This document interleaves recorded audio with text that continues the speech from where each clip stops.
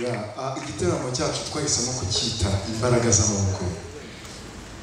Mu by'ukuri ndakeka buri umwe wese uri hano azi icyo Imana yamukoreye, kandi buri muntu wese muhaye mikrofone kugira ngo agire ikintu avuga yaza akaba yatwara n'amasaha yose bukira bugacya. Twebwe rero uburyo twahisemo kubikora kugira ngo twongere twereke ishimwe Imana ibyo yadukoreye, ikatubashije no kuba twagera no kuri CD ya gatatu, album ya gatatu. Twahisemo gutegura igitaramo nk'iki kugira ngo duhamagare abantu bakunda indirimbo zacu, badukunda, baze twicarane maze ubundi turirimbire Imana. Imbaraga z'amaboko ye zigaragara ku nyenyeri, twayoboye isi n'imiyaga, abereye iki zishimira ivuka rya Yesu, nk'uko byanditswe mu mateka, nibyo yakijije ubwoko bwe, abereye iki nahuye nawe mu kwizera, mbona ubuntu bwe butangaje, maze nsobanukirwa yuko ari Imana ikomeye kuruta ibintu byose, none agendana nanjye iteka, ambwiriza ibyo ashaka byose, kandi niwe unyobora inzira, ambereye byose. Nahuye nawe mu kwizera, mbona ubuntu bwe butangaje, maze nsobanukirwa yuko ari Imana ikomeye kuruta ibintu byose, none agendana nanjye iteka, ambwiriza ibyo ashaka byose, kandi niwe unyobora inzira, abereye byose.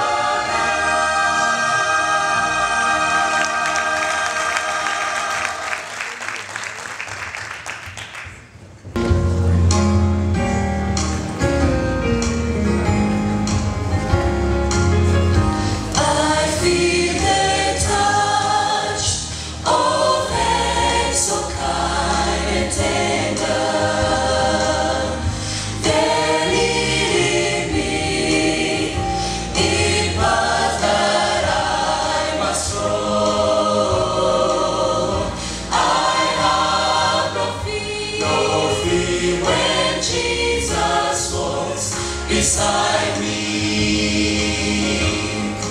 for I'm sheltered in the arms of God. So let the storms retire, the darkness rise, they won't worry me, for I'm sheltered safe within the arms of God. He walks with me, and none of earth shall harm me, for I'm sheltered in the arms of God.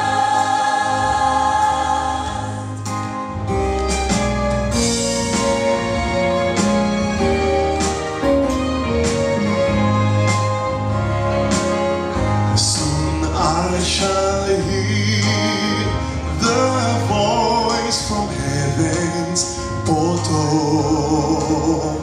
Come home, my child, it's the last mile you must know.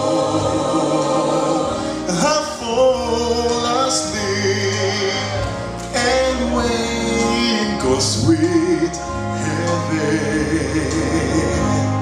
Sheltered safe within the arms of God.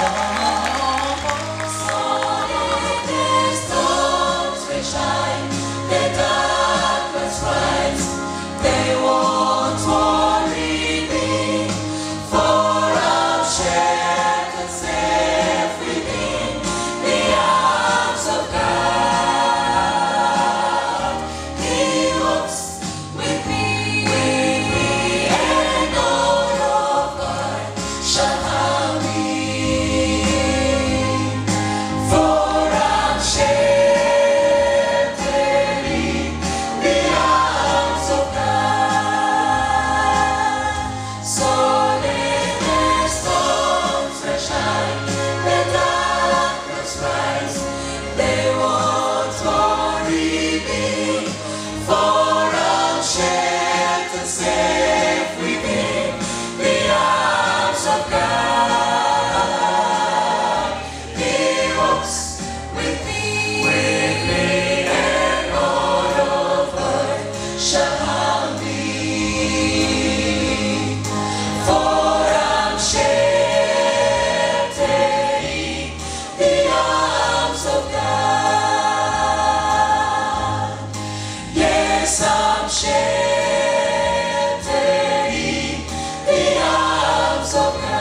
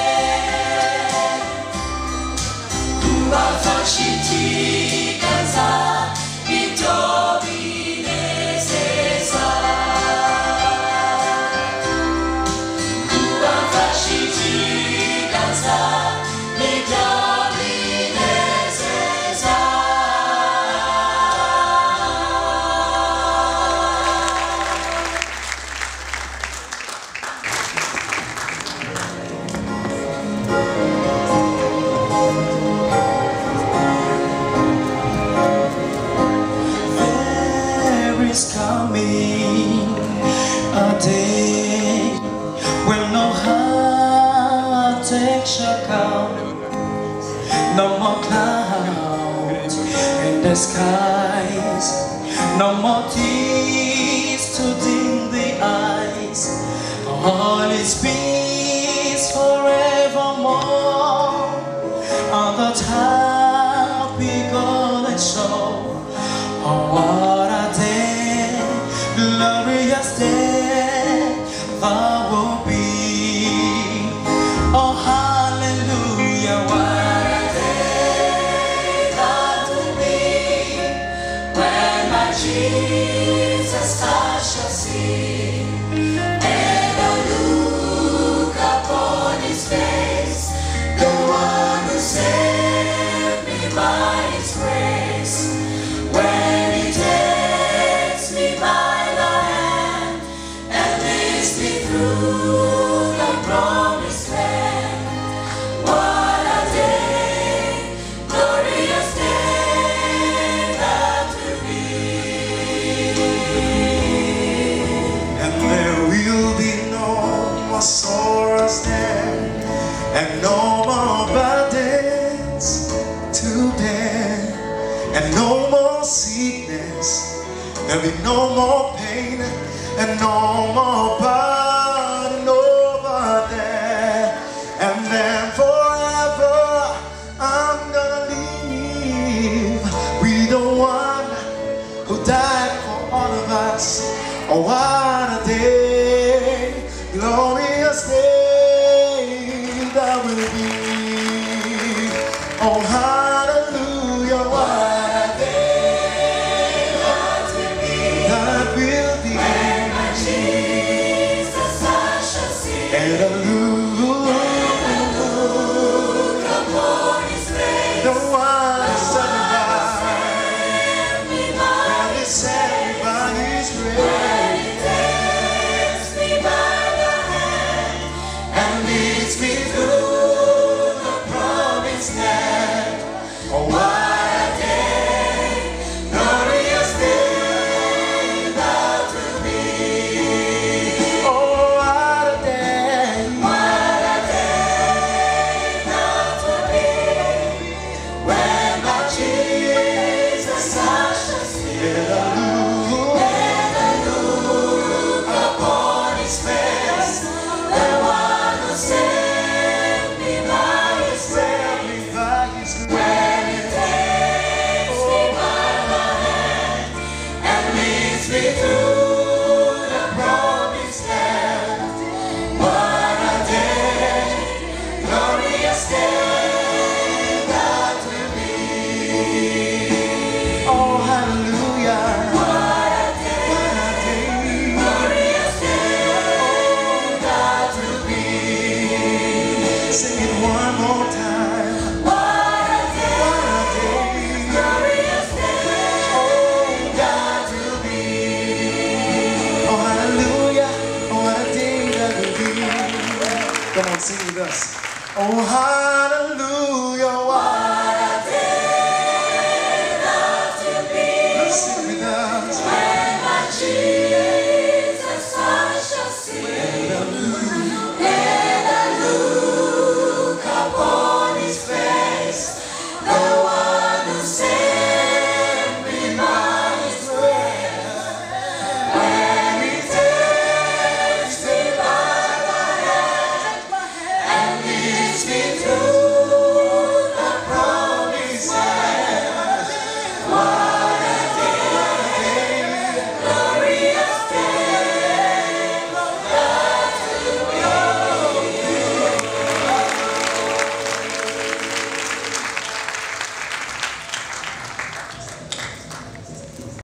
And mercy, told of the wonders and the miracles.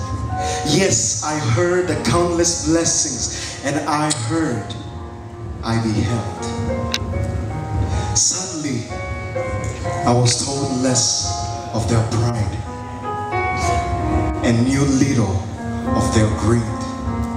Oh, how they refused to repent. For how long did they stray? As I judged them though, I beheld me. I like them betrayed my Lord. I transgressed against my King. How lost was my poor soul.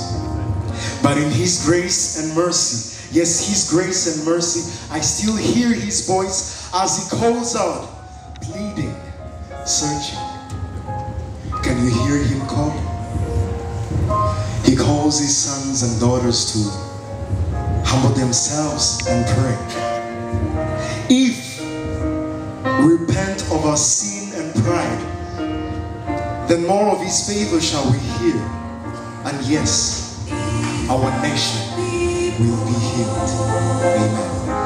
Reach out, God, by my name. Shall humble themselves, shall humble themselves and pray.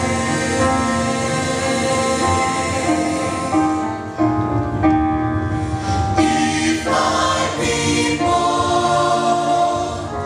who are called by my name shall seek my face and turn from their wicked ways,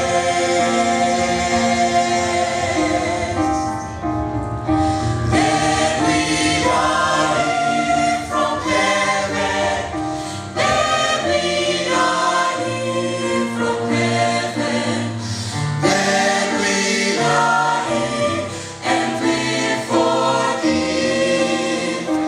forgive their sin. If my people,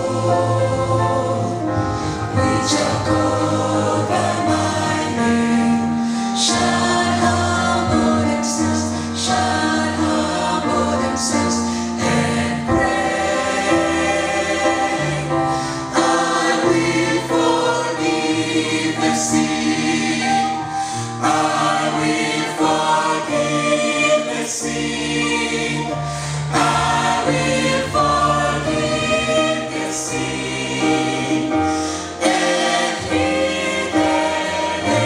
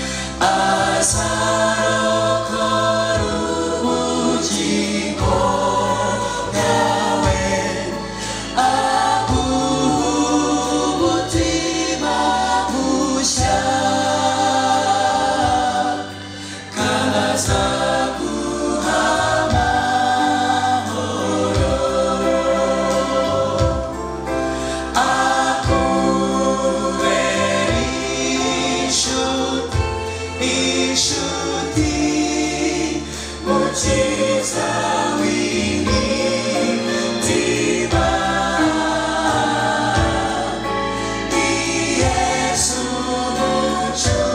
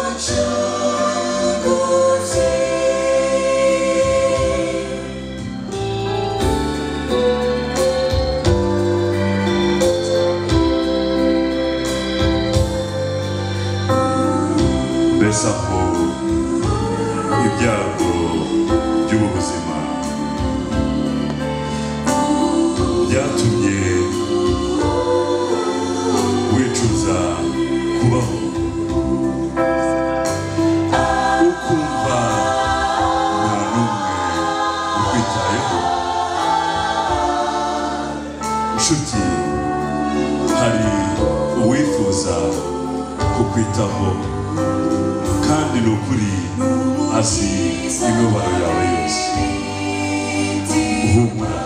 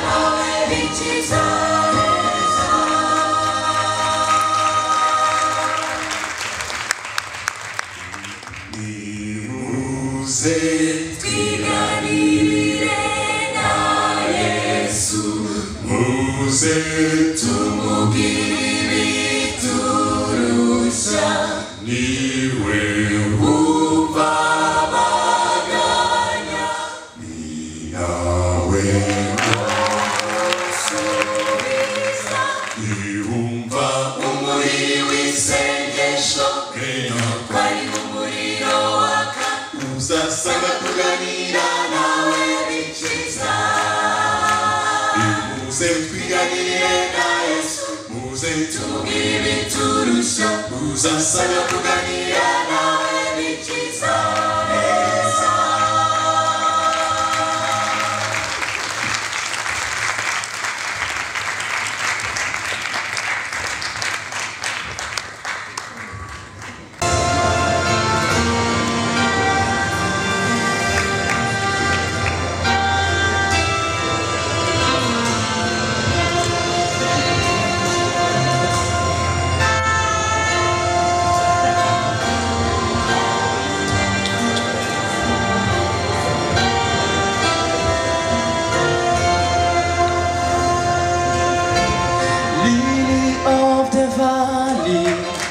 Let your sweet aroma fill my life.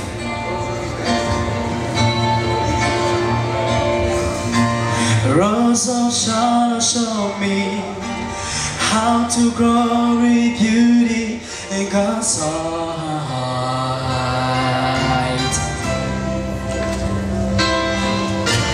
Fairest of 10,000, make me a reflection of your light. In your eyes, I pray this light shine on me. Let your light shine through me in the night.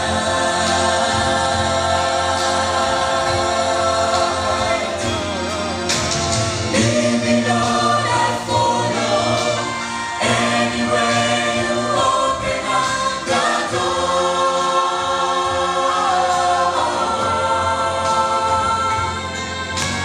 Let your word speak to me. Show me what I've never seen before.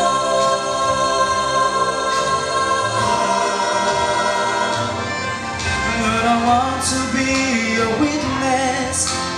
You can tell what's wrong, make it right. In your eyes, oh, cast that shadow on me. Let your light shine through me in the night.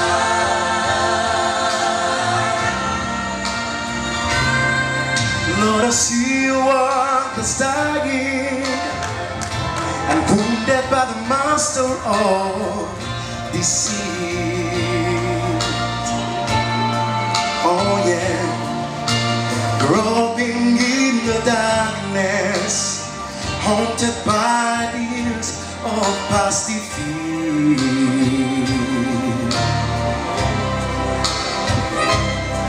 But then I see you standing near me, Lord, shining with compassion in your eyes.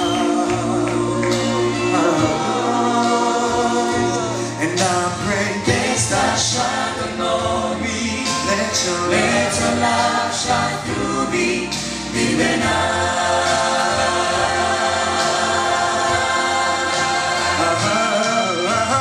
Lead me, Lord, I follow. Anywhere you open up the door.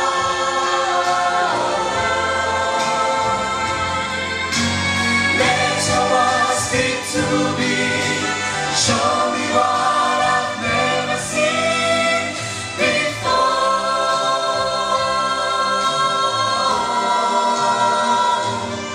'Cause Lord, I wanna be a witness, and you can take what's wrong and make it right in your eyes.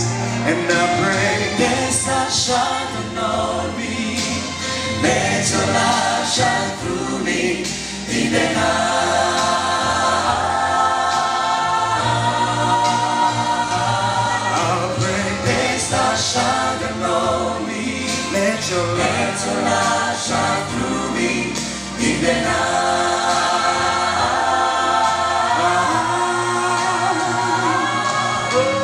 Cast that shadow on me. Let your light shine through me in the night.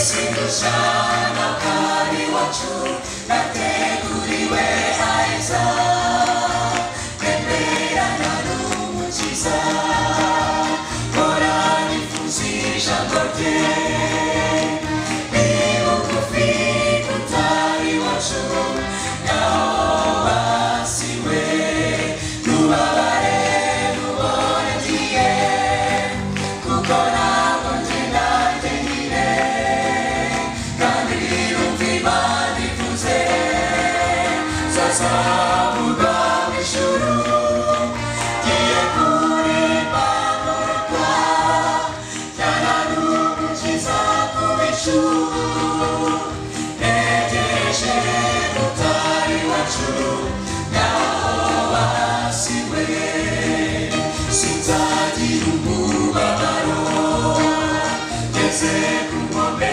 z'inyanja zibagirwe n'iruho y'isi ntabwo nzongera kurira umunsi umwe cyangwa ibiri ugajya igurukira negereje utari wacu naho wasiwe nubabare nubone ngiye kuko ntabwo ngenda njyenyine kandi nirumva Imana ivuze zazamurwa mu ijuru ngiye kuririmba nguruka jyana n'umukiza ku bicu negereje utari wacu naho wasiwe nubabare nubone ngiye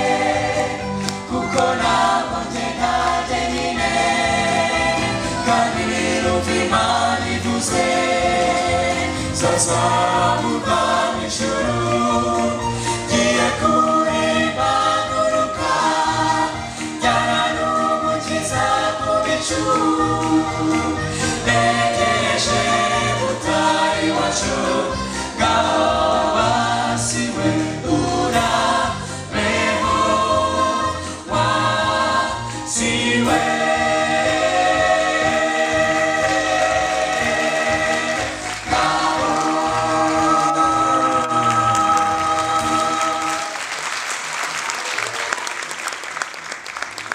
ino ndirimbo hari ikintu kimwe nayibonyeho iberewe no gukora amajeste ntabwo mwabibonye hari amajeste tugira muri kuririmba mwabyemeye kuririmba tugira gutya ni ijuru ni hariya buri gihe aba ari hariya buriya ntitwasubiramo korasi buriya tukabikora noneho kuririmba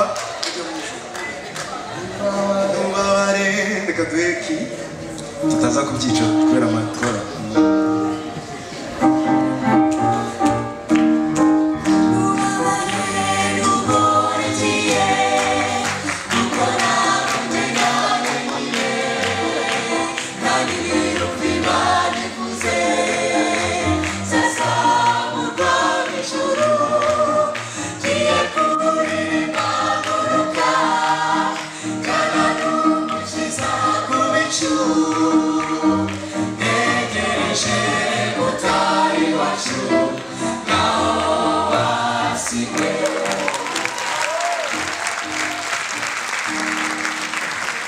murakoze cyane nubwo mutabizi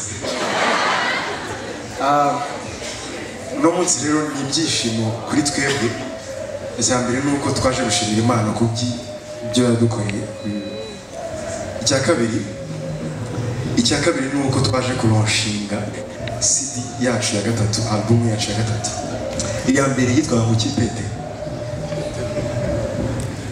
iya mbere yitwaga Uruwera iya kabiri yitwaga ngo Kipi Pichu iya kabiri yitwaga ngo Ki mwire mwese isato nziza wese umunezero album ya kabiri cyangwa umuzingo wa kabiri witwaga Nyobora uyu musore ni inyaryenge yari yarangaye iya gatatu rero niyo twaje kurushinga no munsi anagira ngo mufashe duhe ikaze Pasiteri Nyamaswa azatsange imbere mwamashyi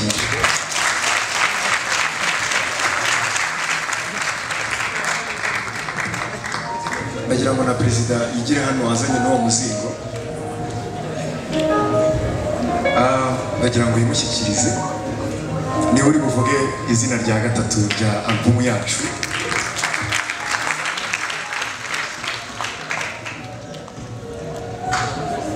uraho ngize amahirwe yo guhabwa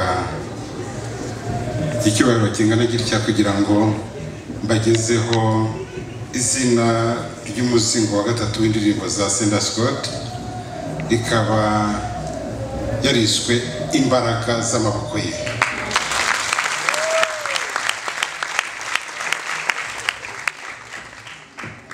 Hariho indirimbo 13 ibanza yitwa Ambereye byose, ikurikiraho ni Urakiza mu izina rya Yesu, iheruka iravuga ngo icyo nsabwa cyose. Imana ikomeze kubaha umugisha mu murimo muyikorera, kandi iyo album umuntu wese ayitahane kugira ngo zitugirire umumaro, kuko batanze igihe cyabo maze natwe zitugirire umumaro kandi dufatanye nakoze.